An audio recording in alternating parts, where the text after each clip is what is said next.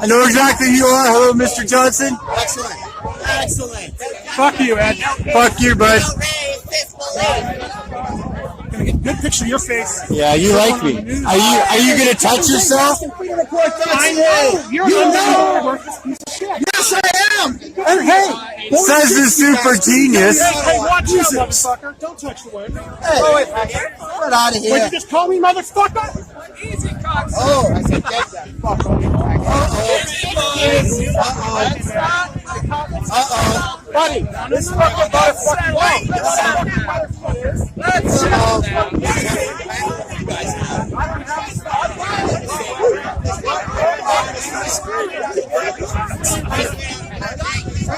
Makes for good press. Hey, you're good. No worries. Alright. So we got a Nazi brown shirt right there, sticking his face in people's faces. These guys are unreal. They call everyone Nazis, but they behave like brown shirts. We don't know our history. You do? Oh, I do.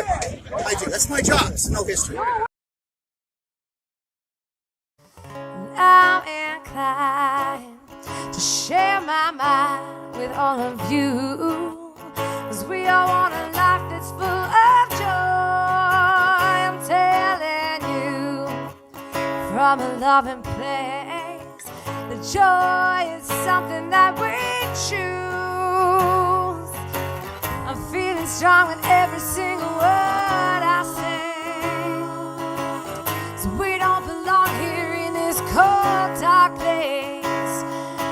Nothing will stand in the way from your freedom to love yourself, freedom to trust in someone else. Take your freedom, treat each other kind, find yourself some peace of mind.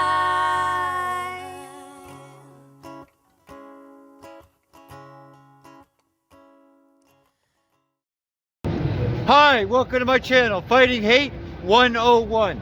I'm your host, Keck Best. I got a surprise for you today. Kevin J Johnston, he's going to sort us out what's going on with his court case. And obviously he's not in jail, he's here walking around free for now. So I'm going to shut up and listen and let Kevin talk. Everybody listen, I know you've all been wondering where I have been. Back in January of this year, 2020, the Ontario government banned me from actually using social media, from being a journalist, from talking about 25 different politicians, 5 subject matter, not being allowed to leave the province.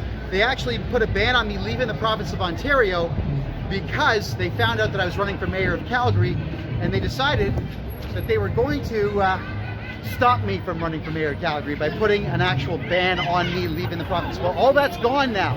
It's all gone. So I'm back on social media, and you'll see that my BitChute channel is going to begin filling up again. I truly do want to thank everybody who was always looking out for me, constantly asking where I was and checking out where things were. This is the amazing gentleman running the camera right now was the guy who put the video up showing that I was actually in super maximum security prison. They call them Super Max in Ontario. Maplehurst prison, they put me there because I was speaking out too widely and boldly about the poor handling of the COVID crisis, which, as we now all know, doesn't really exist. This thing is the flu plus maybe 10%, and if you get it, you'll survive it. That's pretty much a guarantee. 99.8% survival rate. Yes, and in fact, I ran some numbers with the Cleveland Clinic down in the States. They are pretty much the #1 gatherer of medical information in North America. And we ran some stats. You'll love this one. One of the stats we ran is Arab man, age 75, a bad smoker, never taken any vaccinations. His chances of getting COVID-19 were less than 2%, and his survival rate was 98.5%.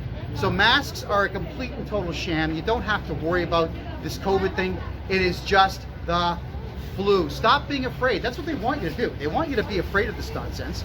The reason being is that when you're afraid of something that you can't identify and nobody can prove exists, you will be begging the government for a solution, for an answer, for a vaccine. The vaccine that you're going to get will be bogus, because how is it that you can create a vaccine for something that you don't have a genome for? How can you create a vaccine for something that you have not yet isolated? Or we don't know if you can be effective or not. That's correct. Now, the odds of catching COVID, just so you do know, are 1 in 44 million. The odds of getting hit by lightning are 1 in 153,000, my mistake. That's it. You have a greater chance of getting hit by a car driven by Hillary Clinton than you do of catching COVID-19. So everyone, smarten up. I got people laughing, they don't believe that, that's okay. Do you? Then I love this guy already. So there you go, everybody. You're focused on my freedom, I'm worried about your freedom, your situation. Yes, well, I appreciate that. Now, as for me, they did put me in Supermax prison specifically for that reason, speaking out against COVID. I do want to say that I'm out. The charges that they laid were all bogus. I was put in prison with no trial and no conviction. If the Canadian government wants you in jail, they will put you in jail. That is why we need to get a constitution in this country. We do not have a constitution in Canada. We've got a charter. And the problem, I know I can't talk about that, but with a charter, what it means is the Dominion of Canada is a corporation, not a country. That is why your name is spelled in all capital letters. You are a corporation as well. So a corporation that's doing business with a corporation being you, they can really do what they want. We don't have any type of protection like Americans have with their constitution. That's why we need one, and that is why the province of Alberta does need to separate to at least be the first province to ever have a constitution in this country. Folks, there's nothing I can do for you except for give the information to you. It's up to you what you do with it. My name's Kevin J Johnston. Visit me online right now at kevinjjohnston.ca. Oh, sorry, I forgot the name again. Everyone forgets the name. I have to keep repeating it. Because I'm too busy laughing. No, everyone forgets it. Hi, this is Kevin J Johnston. You're watching Fighting Hate 101. Fighting Hate 101, that's what it was. All right, there we go. It is they gave me the weakest possible bail conditions that you possibly can have because they knew it was a BS charge. They knew I was going to beat it. But the Crown Attorney, his name is John Kingdon. This guy is a left-wing maniac. And he is very upset with me and all my particular political views. So he was looking for a way to get me into prison. And all he did was use Section 418, I think, which is called intimidation of a court clerk. Oh yeah. Okay. Yes. Intimidation. Yeah. Intimidation. But that same charge also exists for intimidation of a journalist. So he intimidates me by filing a false report to the cops, demanding that Peel Regional Police do him a favor, which was bash on my door on a Friday night, so I'd have to spend the whole weekend in a jail cell in the basement of the police department. That's what they did. So I phoned the cops and said, look, you guys stop using flashlights and looking at my children through the glass. Are you sick?